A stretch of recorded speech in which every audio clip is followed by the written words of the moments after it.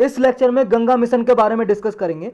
Recently इसलिए news में आया क्योंकि गंगा मिशन ने एक वर्ल्ड रिकॉर्ड बनाया है, जो गिनीज बुक है वर्ल्ड रिकॉर्ड की, उसमें इसका नाम दर्ज हो गया है। क्या बनाया है इसने? देखो, जो national mission for clean Ganga है, इसका फर्स्ट डे था गंगा उत्सव का। गंगा उत्सव जो वो होता है, गंगा किनारे मनाया जाता है, तो यहाँ पे हाईएस्ट नंबर ऑफ फोटोज और हैंड रिटन नोट्स, फेसबुक का एक पेज है गंगा का, नेशनल गंगा का पेज है, 1 घंटे में सबसे ज़्यादा फोटो और हैंड रिटन नोट्स अपलोड किए गए, तो ये रिकॉर्ड बनाया है, इसलिए न्यूज में आया।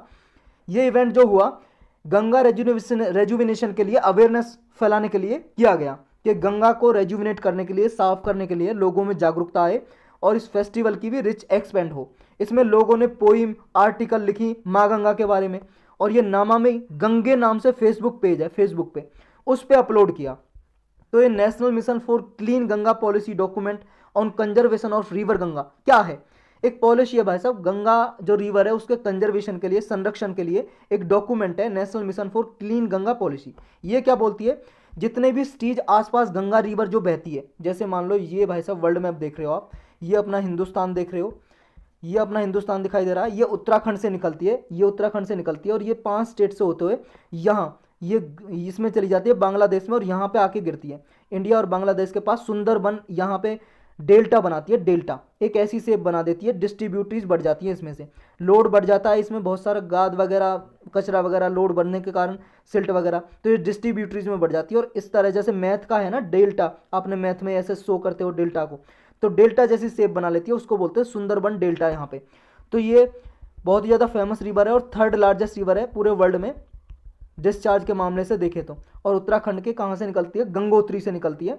जब ये निकलती है तो देखो यहाँ एक अलकनंदा रिवर है और एक भागीरथी रिवर है, ये दोनों आके आगे मिलती हैं उत्तराखंड में ही। प्रयागराज एक जगह है, प्रयागराज, प्रयागराज, प्रयागराज से, ये प्रयागराज से इसको बोलते हैं, जब ये दोनों अलकनंदा और भागीरथी रिवर मिल जाती है, प्रयागराज से इसे बोलते हैं गंगा रिवर। और फिर ये ऊबड़ खाबड़ जगह पे घूमती रहती है हरिद्वार तक, हरिद्वार पे आके ये प्लेन एरियाज में स्टार्ट हो जाती है बहना, प्लेन एरिया आ जाता है, मैदानी इलाका। तो ये मोस्ट इंपॉर्टेंट चीज़ है, इसके बारे में ये याद रखनी है आपको। तो ये जाके जो है आपकी गंगा रिवर, ये बांग्लादेश में जाके मिल जाती है, किससे? ब्रह्मपुत्रा रिवर से जाके मिल जाती है, और ब्रह्मपुत्रा रिवर से जाके मिल जाती है तो इसका अलग नाम हो जाता है वहाँ पे बांग्लादेश में, तो ये भी आपको याद रखना है। तो ये जो स्टीज वगैरह, शहर वगैरह आसपास जो गंगा रिवर के हैं 5 स्टेट में, वो रिवर कंजर्वेशन प्लान बनाते हैं, तो उनसे ये अपना जो रिवर कंजर्वेशन, जो अपना मास्टर प्लान बनाते हैं ना हर एक सिटी, तो रिवर कंजर्वेशन प्लान भी उसमें इनकॉर्पोरेट करते हैं, इसमें करेंगे, मतलब ये पॉलिसी है। रिवर को सेंसिटिव प्लान बनाएंगे रिवर के लिए, यानी कि प्रैक्टिकल होना चाहिए कि उसे इंप्लीमेंट करें। जो आसपास लोग रहते हैं, इंक्रोचमेंट कर रखा है रिवर के, गंगा किनारे जो रहते हैं उनको हटाया जाएगा। लैंड ओनरशिप के बारे में डिस्कस किया जाएगा, यानी कि एक सिस्टम ऐसा बनाया जाएगा कि लोगों को हटा के रिहेबिलिटेट किया जाए। रिहेबिलिटेट का मतलब यहाँ से अगर उन्हें इंक्रोचमेंट हटाएंगे, लोगों को हटाएंगे, तो उनको अल्टरनेट लाइवलीहुड ऑप्शन दें कि और जगह पे लोकेट करें, उन्हें रीलोकेशन स्ट्रेटजी बनाएंगे कि और जगह घर दे दें, भाई साहब यहाँ पे ज़मीन ले लो, गंगा किनारे मत रहो।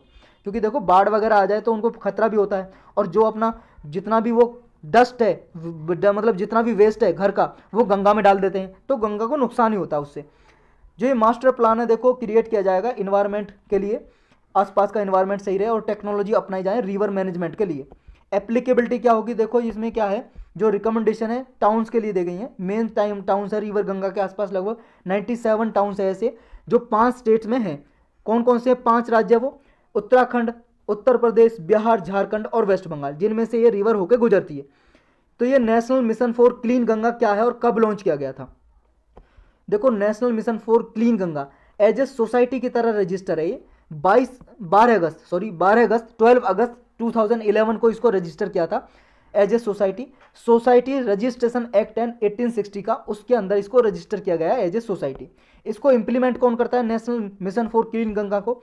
एक ये अथॉरिटी है, national Ganga river basin authority, ये बनाई गई थी। इन्वायरमेंटल प्रोटेक्शन एक्ट 1986 का है, इसके अंदर बनाई गई थी ये अथॉरिटी, ये इसको इंप्लीमेंट करती है, लागू करती है नेशनल क्लीन गंगा मिशन को, यानी कि गंगा को साफ करने का काम है इसका। लेकिन बाद में देखो ये national Ganga river basin authority को डिसॉल्व कर दिया, हटा दिया। 7 अक्टूबर 2016 को इसका नाम चेंज कर दिया national council for rejuvenation protection and management of river Ganga, shortcut के में इसको बोलते हैं नेशनल गंगा काउंसिल। इसको प्राइम मिनिस्टर हेड करते हैं। तो कुछ फैक्ट जान लो और गंगा के बारे में, जैसे हमने ऊपर डिस्कस किए, 3rd लार्जेस्ट रिवर है ये पूरे वर्ल्ड में डिस्चार्ज के रूप से देखे तो, और रिवर गंगा का जो फॉर्म्स है, देखो ये दो रिवर गंगा है, वर्ल्ड का लार्जेस्ट डेल्टा बनाती है जिसका नाम है सुंदरबन डेल्टा, जो हमने ऊपर डिस्कस किया। और यूनेस्को ने 1997 में इसको वर्ल्ड हेरिटेज साइट डिक्लेयर कर दिया था। तो यही था बस इसके बारे में।